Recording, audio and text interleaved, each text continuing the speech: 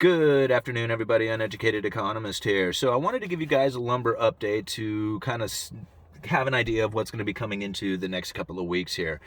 We talk a lot about lumber on this channel. We talk a lot about the futures prices, but I wanted to kind of give you an idea on what to expect coming into the future, at least in the short term. Prices are off the charts.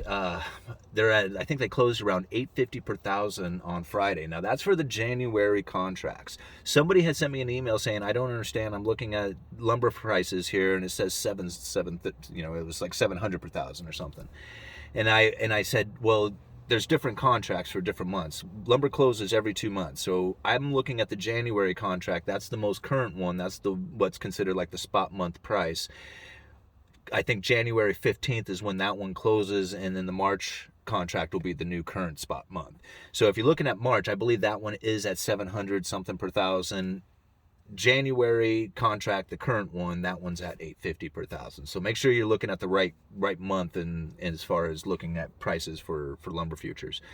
All of them are important. Farther out you go, I mean, it just, they all tell a tale as you look at them. But yeah, when I talk prices, I'm talking the current spot month, and right now that's the January contract.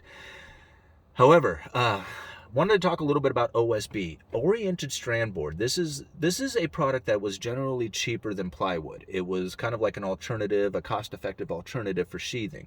Now, if you're not familiar with it, when you build a house, you got the skeleton, like the 2x4s, 2x6s. This creates like the skeleton of the framing of the building. And then the skin that goes on, the plywood, the sheathing, that's usually made up of either plywood or OSB. And oriented strand board is what OSB stands for. It's usually a cheaper product because what they do is they take kind of like a byproduct from the mill. They take like what's ever left over, they chip it, glue it back together into a 4x8 sheet.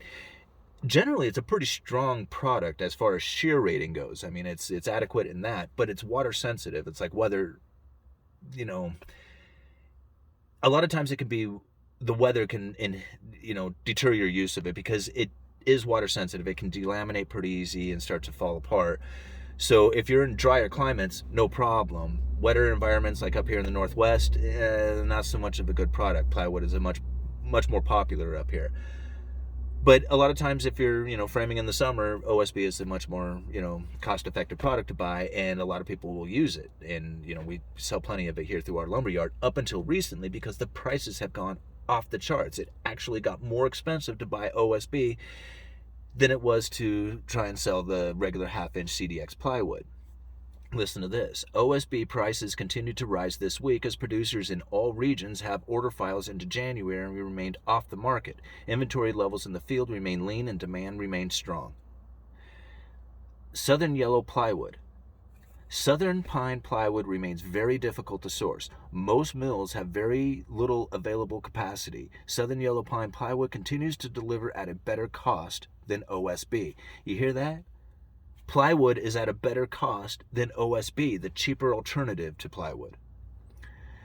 That trend should continue, especially now that OSB is on the rise again. A few mills are quoting select items only, but most are not quoting at all.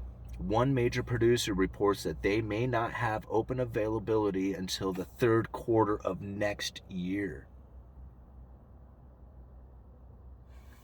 Holy moly, I don't know. I mean, that's a rumor, but my gosh, can you imagine that the availability of plywood being so tight that you will not have like easy access to it until the third quarter of next year, like next October sometime.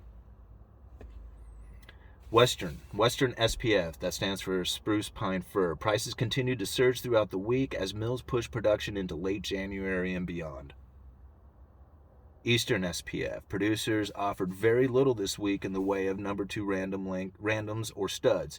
Earlier in the week, limited railcar loads were available from a few mills and provided buyers with a healthy dose of sticker shock. I mean, yeah, we got it for a price. Southern pine, all zones. The Southern yellow pine market continues to surge as triple-digit pricing gains have been reported. At all mill level, inventories are vastly depleted and availability is spotty at best. Order files are creeping into mid-January. COVID-19 and the upcoming holiday curtailments will continue to play a role in the terms of scaled-back production.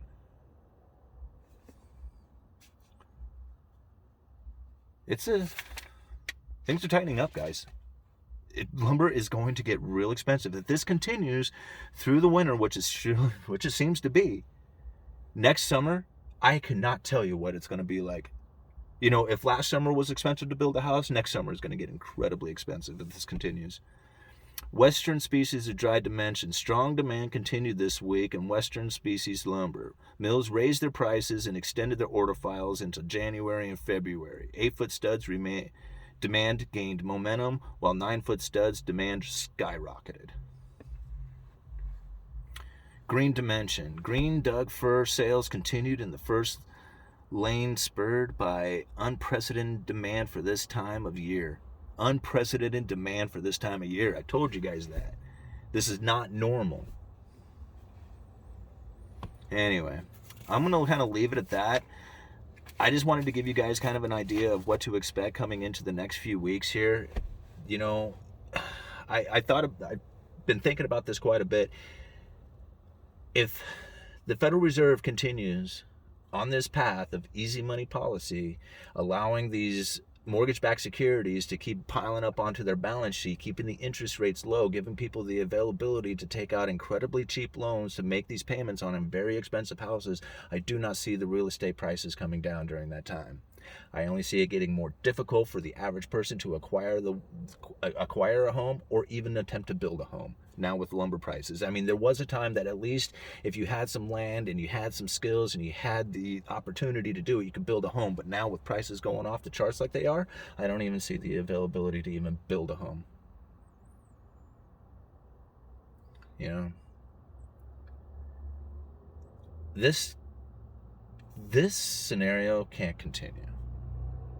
I mean, it can continue for a while and it can grow even more and we can shake our heads even more at it, but at some point everything will reverse course and it'll start moving in another direction.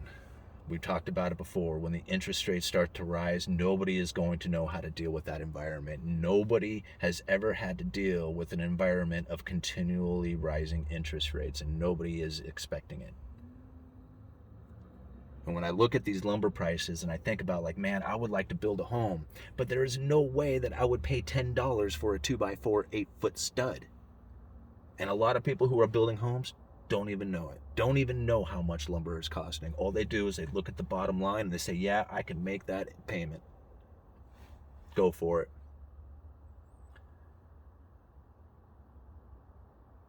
Yeah. Really interesting times coming up. Okay. I guess I should just probably leave it at that. Uneducated Economist? You guys let me know.